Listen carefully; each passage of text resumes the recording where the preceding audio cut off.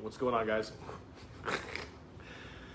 Alrighty, so man, this one's a powerful one for y'all.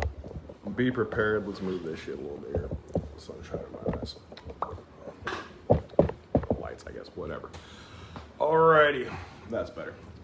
Okay, so there are no fucking mistakes in life.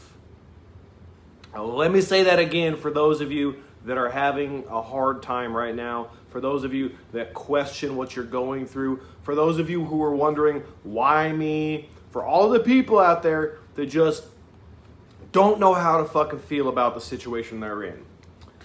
Here's the fucking reality of it. You believe how you want to. I don't fucking care. It is my belief. I believe that at this point in time, it is basically fucking factual evidence that there are no mistakes. There are no coincidences. Everything has fucking meaning when we allow it to. And that we need to be open to that. This Wi-Fi might be fucking eating shit. Give me just 1 second. I gotta check this real fast. Well, what's up, guys? Alrighty, there we go. So again, there are no fucking mistakes. I don't care whether or not you believe in random happenstance, if you believe in predetermination, if you believe in God, Allah, the universe, fucking energy, any of that shit. I don't give a fuck what you believe in. I have my beliefs, we've discussed this, but there is no such fucking thing as a mistake. Who the fuck are you to sit down and question what God put in front of you? Well, right? So, I was having a conversation with Lacey today, and she said some stuff that, like, God, it hit me. It fucking hit me, man. And I've been listening to good motivational stuff all day. You know, lots of energy flowing through me, real open to it, sitting in flow state, finally, you know, let go of some stuff that I was holding on to, and allowed myself to hear God speaking to me, man. Hear the universe speaking to me. Hear all of creation speaking to me through my experience and my feelings. And what I realized in a major way is that I've spent so many fucking years fighting against my purpose, fighting against who I really fucking am. What's up, Samantha? Fighting against what I'm fucking doing, questioning whether or not I should be doing this, that, or the other. Or like, even like, why did this happen to me? Why me? This, that, the other. Like fucking victim shit, man. I think all of us struggle with victimizing ourselves a little bit. But here's the reality of the situation. If the entire universe, the entirety of creation has managed to find balance in such a way that we have these heavenly bodies floating through the sky and the fucking sun and the atmosphere, just the sheer unlikelihood of the balance reaching itself the way it has on our planet for us to fucking exist. And you think that God fucked up on the one thing that you're going through, or you, or one situation. Why me? Motherfucker, stop questioning it. Stop. I talk to myself in these as much as I talk to y'all, man. And especially the old me. You know, the old me was always like, why me? Why, dude, that's killing me, that fucking glare every time I move. Why me? Why is this happening? Why the fuck this? Why that? Let's turn that light off. That's probably the issue. That fixed it right up. Okay. But like, here's the thing. There's always a fucking reason for everything. And sometimes that reason is for you to find the fucking reason. Everything has meaning. Everything is serious. Nothing is a tragedy. Okay? Nothing is a tragedy. Everything is the opportunity, as you see it, as you come up to it, for you to become a better version of who you are today than you were yesterday. And I know that I've spent so much fucking time questioning, why not me? Exactly. Why not me? Why fucking not me? Like, why me? Why did this happen to me? Well, maybe God thinks you're fucking strong enough to handle it. Maybe God fucking knows you are. And the reason you keep going through that pain over and over again is because you are questioning whether or not you're strong enough to do it. That old phrase, God only gives you, enough that you can handle. Well, let's be honest then. If you've been through a lot, God must think you're a strong motherfucker. And the reality is that you go through more and more and more and more always as you grow. The more older you get, the more experience you get. The wisest man is not the one who knows the most. The wisest man is the one who has been through the most pain and made the most mistakes. Why is it so common that people who've been the biggest fuck-ups come back to be some of the biggest motivational motherfuckers on the planet? Why is it so common that people who have hurt themselves constantly throughout their life end up becoming these uplifting, amazing human beings? It's not a fucking coincidence. It's not. Stop questioning why these things happen to you and start fucking embracing the reality of the situation. Start embracing the feelings that you have about stuff. I'm not saying that you need to like put it in your fucking mind in such a way that you're like not willing to consider, all of the situation. God gave you the fucking faculties of thought and fucking critical thinking the way he gave you everything else. And just like any other tool in life, if we don't fucking use the tools we have, we don't fucking keep them. If I don't use my muscles, they atrophy. If I don't use my self-respect, it atrophies. If I don't use my fucking willpower, it atrophies. It won't ever die all the way. There's no such thing as a place that has no fucking return. But what there is a place where you get so comfortable with being weak in all areas of your fucking life that you stop making an effort. And you start looking at other people, man, why they get that and I don't? Because they fucking worked for it. And if they didn't, why are you worried about it? Why are you worried about it? It ain't your shit. It ain't your life. Like, why are we looking at other people's shit and comparing our situation to theirs? That don't make no sense. That don't make no sense. God made you. The universe created you. All of the things that happen throughout time culminated eventually in the experience that you're having, just like it has for every singular other person.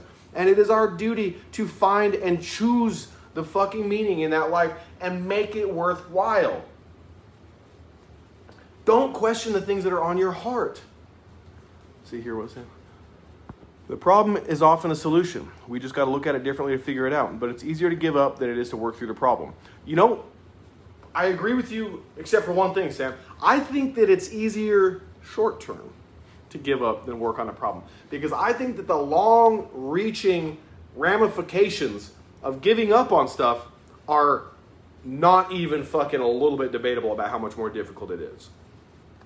When I give up on things in my 20s and have to pick them back up later on in my fucking 30s, it's way fucking harder. I don't learn as fast. I got kids to worry about. I've been providing a bad example for my kids. I've been this, I've been that. I think that it feels more comfortable in the moment to give up on stuff. But I think that the reality is that it is so much easier to just address the situation that we have in front of us. All of us struggle with that shit, man. But if we stopped fucking questioning why me and started saying why fucking not me, we would be fucking crushing it 100% of the time. Man, why did fucking God have my fucking car break down? Maybe there was a situation I needed to fucking be prepared for. Maybe it don't matter. You don't need to know why. You just need to know that it was put in front of you and stop fucking questioning it. You need to stop worrying about whether or not you're good enough to fucking take advantage of this stuff. You need to stop worrying about whether or not your gifts to the world are valuable enough. You know what's not valuable? Questioning those gifts and not giving it to the fucking world. Why would you not be giving your best self to the world? Why would you not be trying to grow? Why? It's selfish not to. It's actually selfish not to seek growth. The more you sit back and wait for somebody to come fix your life, the more selfish you fucking are. And all of us have things that we struggle through. 100% of the time that we are struggling with something, that is the thing we need. Trauma makes the past present because we repeat the same behavior that the trauma caused the trauma until we stop repeating that behavior. So stop questioning why the things happen in your life. I'm going to share some stuff with you right now, man. Here's the deal. Oh, what's up? I guess front door must have been locked. Oh, front door was locked. Oh, that's not bad. At any rate, I'm going to share some stuff with you guys right now in an effort. I've probably talked about it before, but I really don't give a shit whether or not fucking people know about it. I don't believe. So check out that fucking sweet afro. I don't believe that when you tell people stuff about yourself that you're sensitive about, that you're doing any kind of disservice to yourself. I think you're taking the fucking power out of it, okay? And it used to be something I was very, very sensitive about. You know what? Here's the thing. When I was 4 years old, I was molested many times by my uncle, okay? Throughout my life, it was a pain that I carried constantly with me well into my adulthood. It still fucks with me sometimes, all right? But here's the thing. I believe that me having gone through that has given me a major purpose, because now there's people that I have learned to put my voice out there into the world. People who can benefit from a message that I have to carry, that have experienced things the way I have. I'm able to turn that pain into a massive asset to help other people who are going through that pain. To let other men and other women that doesn't make them less of a fucking human. If anything, it has made them even stronger. Imagine if you overcome things like that. The fucking level of savagery you can fucking bring to the table. The people who are the most fucking savage in life are not the people that have the most motivation. They're the people who have stood up from being crushed over and over again and said, is that all you motherfucking got? Because that's my fucking life's mission right now. To be that level of savage. To get up every day and say, is that all you fucking got, son? You ain't got shit. With God behind me, what could stand against me? Nothing. I am 100% able to crush everything that is set in front of me, as long as I have the faith to continue acting in the face of the pain.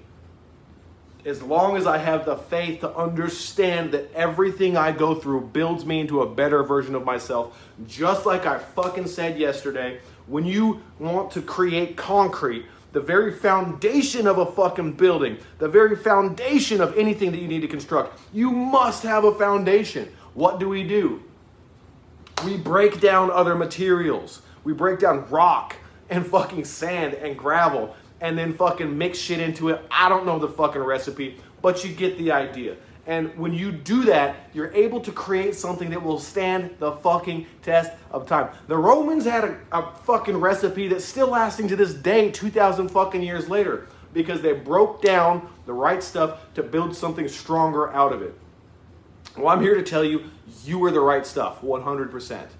Nothing can break you until you admit and allow it to. Until you say, I'm defeated. You've never been defeated. It was a fucking learning experience. Jocko Willink, another one of my greatest fucking inspirations for motivational speakers. This dude has, he's a Navy SEAL with Task Force Bruiser with fucking Chris Kyle. Full on badass. Check him out on YouTube. You will not waste your time. I promise you, anything you hear from him is fucking fire.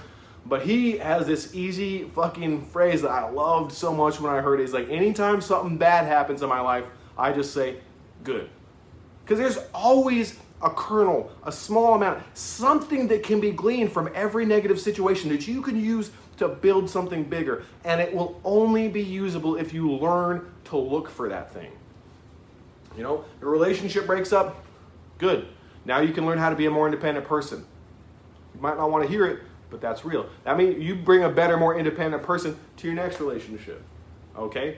You know, your business fails. Good. Now you get to learn and maybe create a better, stronger one. Maybe create several ones. You can put all of this energy into something else now. Family's having trouble. Good. Now you get to learn how to be a better man. Now you get to learn how to be a better father, because you need to take that action. Again, the reality is that once it's placed in front of you, the action is on you. I 100% believe that the reason why God places these situations in our lives and these things is for us to learn. And as it turns out, we don't learn when things are given to us. So we have to go through it. The action is the learning.